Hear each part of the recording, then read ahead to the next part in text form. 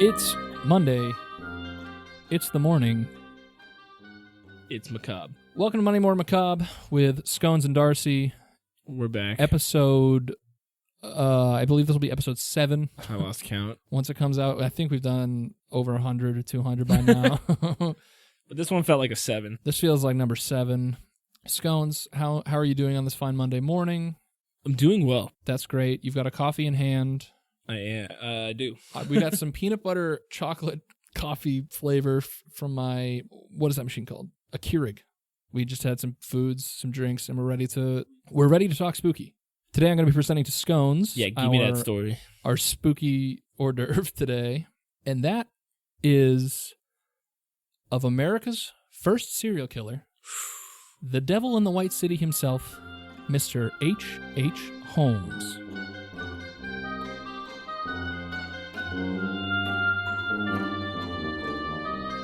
So H.H. Holmes, this guy was a real piece of shit. Like, number one, his entire life is just fraud, debauchery, crime, The American murder. dream, baby. He literally is just all through his life doing terrible, terrible things. Start with his early life. So Holmes was born as Herman Webster Mudgett. That's tough. Yeah, he right off the bat, he's off to a rough start. Jeez, that's a rough name to start off with. He was born in Gilmanton, New Hampshire on May 16th, 1861. New Hampshire. New Hampshire. So we're going back to the late 1800s. This is a this is more, like I said, he's the earliest or first American serial killer. So, you know, we're going back a ways. Away. Herman was like most serial killers. He was abused by his father. His father would... That name alone was abuse from his father. Just laugh, just roses. Yeah. So his father would... he would do things to Herman, like if he was whining too much, he'd put a kerosene rag in his mouth. Yeah, I know, like... He really I thought you were going to say like a belt or something. No, it's like, and he'd also starve him. Kerosene rag. Yeah, he would starve him also if he's being, so like. Oh my God. Yeah, it's off to a rough start to begin gruesome for Herman Mudgett. Yeah. Growing up, he took isolation in the woods, probably because he didn't want to get kerosene rags stuffed in his mouth and stuff. He would just hang out in the woods? Like, he would go into the woods and, yeah, that's where he like spent a lot of his time. So it's like, he's like an evil version of like Thoreau. Yeah, exactly. And then that's where he started dissecting reptiles and small animals. Ooh. Yeah. He's got all the classic traits of the McDonald's 3 or whatever it's called, where it's like McDonald's? Yeah, there's serial killers. It's killing animals, lighting fires, and wetting your bed are like 3 signs that you'll grow up to be a killer. Oh, what's the McDonald's for? I think is that a guy? The guy who found... No, okay. It's like throwing out your Happy Meal, ordering Burger King. Hanging out with the Hamburglar, being rude to Grimace, and not getting... not donating to the Ronald McDonald House. Yeah. 3 signs of a serial killer. So he goes through school, he turns 16, he graduates high school, and he gets a job as a teacher. As he's teaching, a couple years after becoming a teacher, he takes interest in a local girl. Her name is Clara Lovering. And it's funny because, like, you can see the seed of him starting to be a fraudster, and I'm going to say bully. What do you mean by fraudster? Like a what's the word? Like Catch Me If You Can, Leonardo DiCaprio kind of stuff? Yeah, like he would like a con man, a snake oil salesman type? Yeah, so con man, also just like a bully and someone who would do anything to get his way. Clara Lovering came from a very wealthy family. Clubberlang? It's Clara. Is that Clara? Clara? I just think of Clubberlang, which is Mr. T's character in Rocky. She was super wealthy. So he like took an interest in her because he's like, hey, if I can get that money, everything will be great. If you can marry a Skylar's sister, you're rich, son. Right, exactly. So he for early age, he's like, okay, I got to just figure out where the money is and do whatever I have to do to get that. So he notices another kid. It's like a school dance or something like that, and there's another guy taking interest in her, and he walks up and he's like, "Wait, but they're all adults." Well, they're all like teachers. Well, they're adults in the 1860s, which is like 18 years old, 17 years old. But they're all like faculty at this point. It's not just like kids. Because when you say the dance, sure, I'm like, okay, so I should say, he stuck his head in a punch bowl. But he saw another dude trying to like talk to her, and he basically was like, I'm gonna mess you up if you talk to her again. I'm gonna get you, and that's pretty much how he won her heart. Like he basically made it so that no other guy would try to talk to her, so that when he did, she was like, oh, this guy's taking an interest in me. So they get married, and they did it pretty secretively. And when his mother found out about the marriage, she said, well, she couldn't have done worse and will probably have to support you. So yeah, no, his mother sounds like a shitbag. Yeah, his mother is a real shitbag. That's a pretty terrible way to support your son.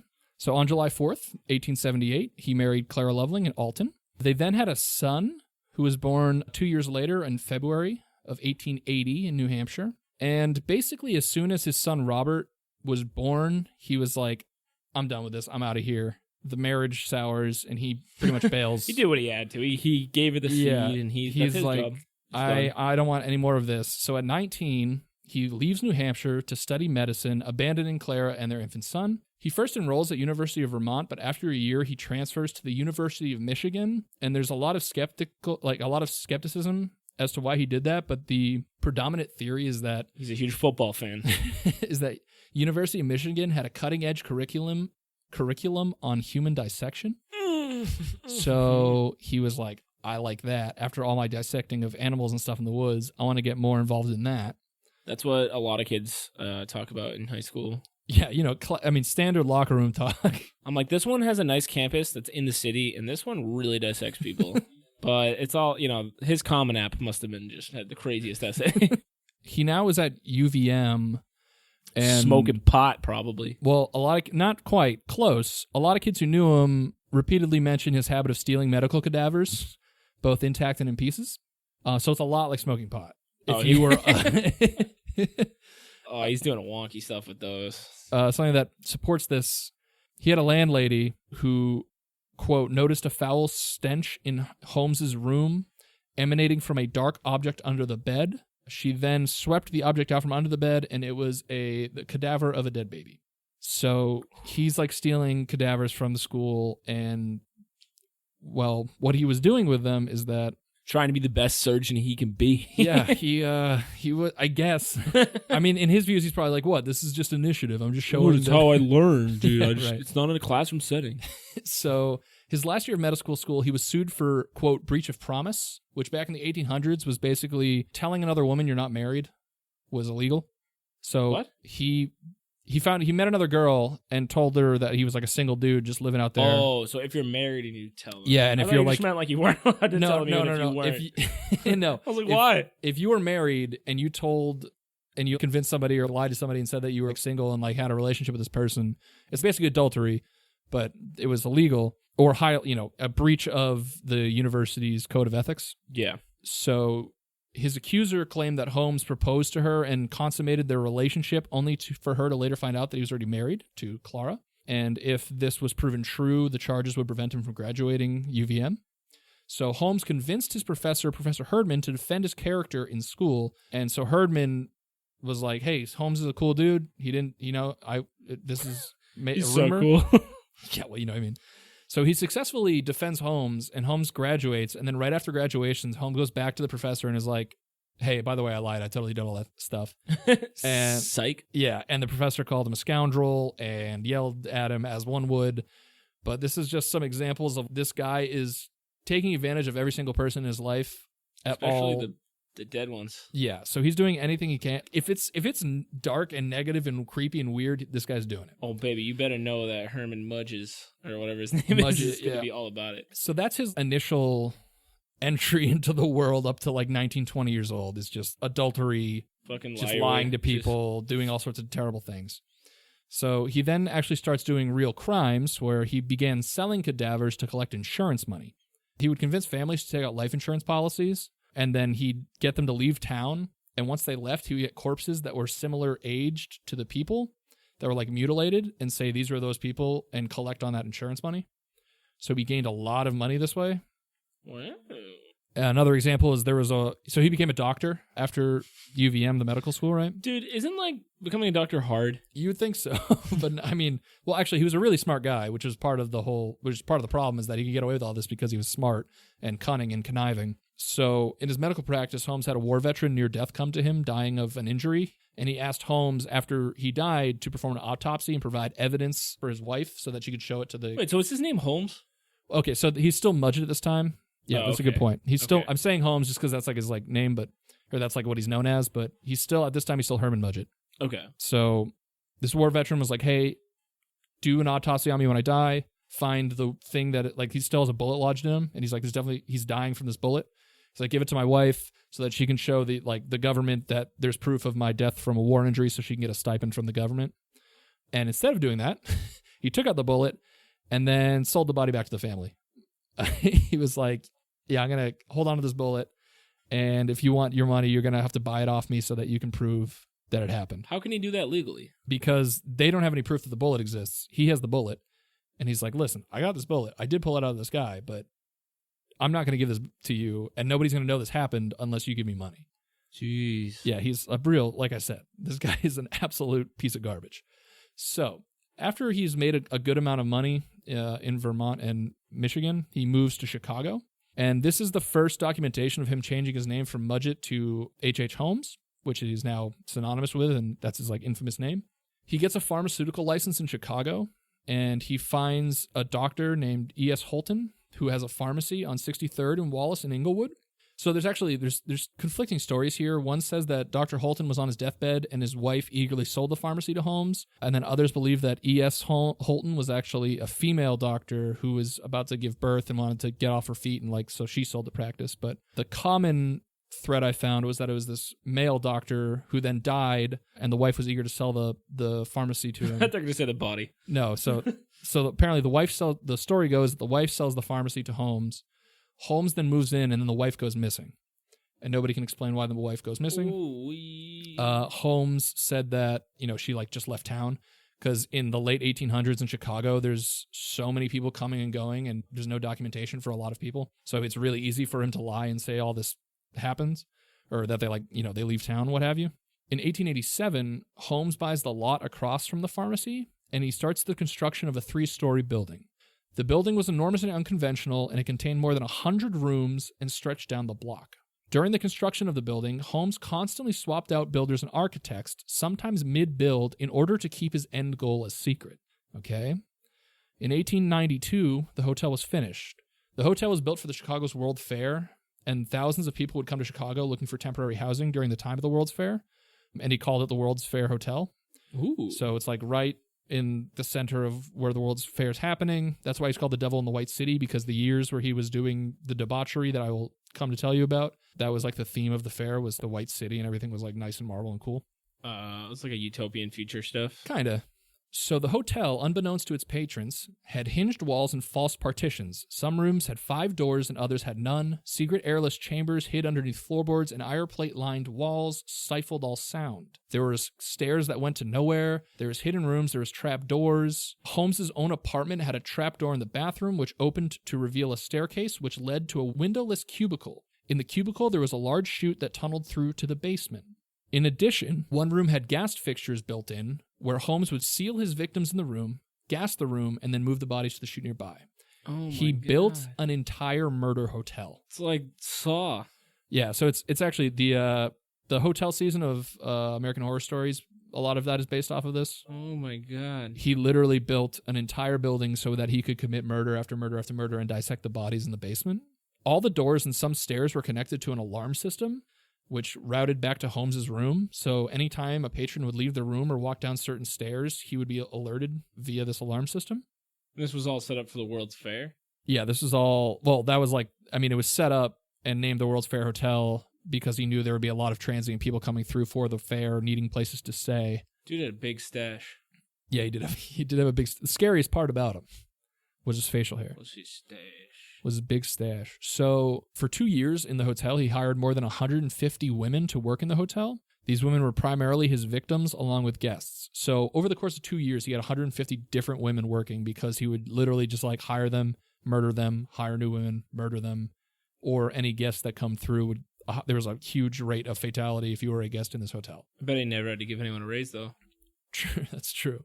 So, yeah, and like I said, the basement had a dissection table, a crematorium, and acid baths, so it made it hard for police to eventually decide. Yeah. It made it hard for the police to eventually decide on the total number of victims Holmes had, but the general number that is quoted is around 200 people. Holy fuck-a-moly. Yeah, this dude was...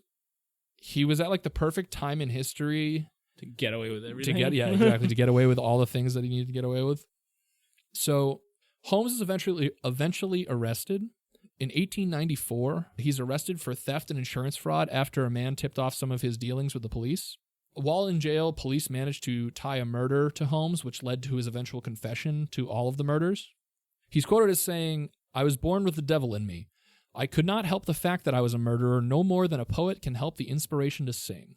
Ew. Yeah, so he's a real... Don't bring poets into this. Like I said, it's the perfect storm of lack of identification for people and ways to track people, and he built a murder hotel, which just still blows my mind that he managed to build this whole thing. Yeah, how do you have the money to build all this? Well, from all of his like insurance scams. Oh, selling them bounties. Yeah, he made a everywhere he went. He also, when he owned the pharmacy, he would sell fake snake oil cures to like alcoholism, and he would stuff like that where tonics and stuff. Exactly. He's literally like that character out of like movies where he's selling fake tonics. You could say he made a killing. Ooh, and never record again. That's it. We won. We did it. So yeah, that's where he got all the money to build this. And also back then there was so much building going on in Chicago that it was relatively cheap. There's probably no like codes or anything. No, and like land was super cheap to build, to buy up and build on. So Holmes was sentenced to hang after representing himself in court. Dude, serial killers do that all the time. They do. And actually, people who were in the courtroom said he was pretty good. Like, he was a smart guy and he knew a surprising amount about the law. Yeah. But yeah, like Jeffrey Dahmer did it. Like a bunch of... Ted Bundy. Or no, Ted Bundy, not Jeffrey Dahmer. Ted Bundy. So he requested that his coffin be encased in cement because he knew firsthand what people do to cadavers. So he's like, hey, people are going to try and dig me up.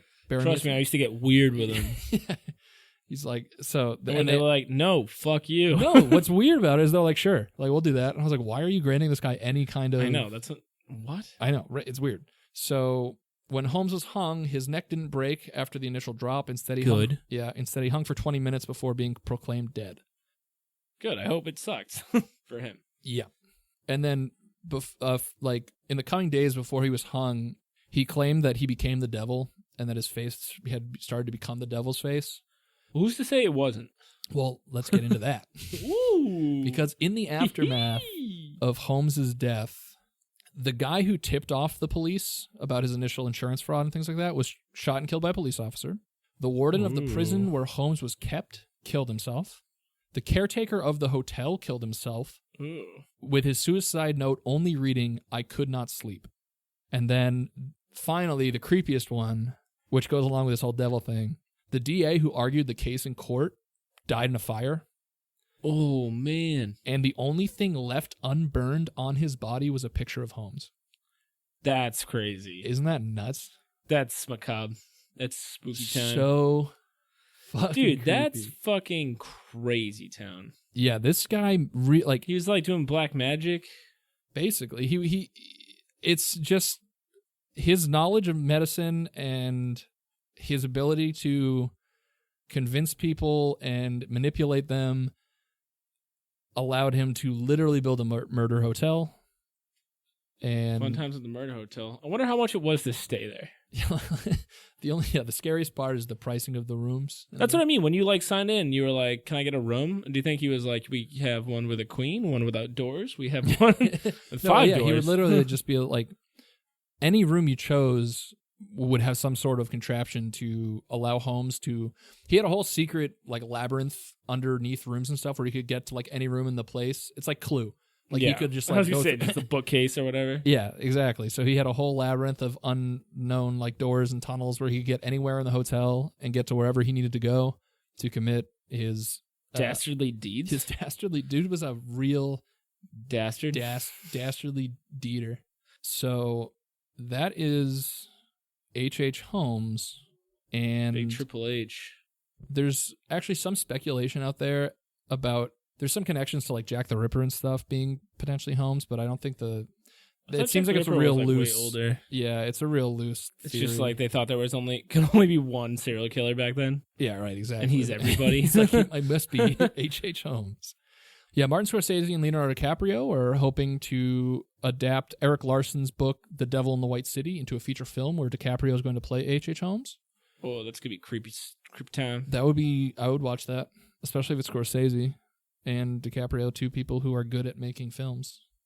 There's a board game called Greetings from Holmes Horror Hotel. What? This hotel is so good, you'll never leave. Is that a real board game? Or is it like a fan art of like H.H. Holmes? Oh, it's a Kickstarter for a board game. What? Yeah. How much is it asking for, and how much has it been backed? This is important information. It's been backed $4,531, and its pledge is $16. And apparently there's a lot of villains. How much do they want for it? You say $16? Can we buy the whole thing? Oh, to pledge is $16. Yeah, it's trap cards, clue cards, dead end cards, which looks like it means you die. Probably. But yeah. Wait, is the hotel still standing? Holmes' hotel is no longer standing. An aspiring entrepreneur purchased the building after Holmes was hanged for murder, intending to make it into a tourist attraction. August 19th, 1896. Pretty recent. Yeah, Dude right. did not have good taste. Yeah, right. It's like way too soon. Yeah. But a railroad night watchman spotted flames coming from the castle's roof. Seconds later, explosions blew out of the first floor window, and fire was out of control by the time help arrived. 90 minutes after the fire was reported, the roof had collapsed, and most of the building had been demolished. So it is no longer standing, and that guy who wanted to turn it into a tourist attraction has terrible taste.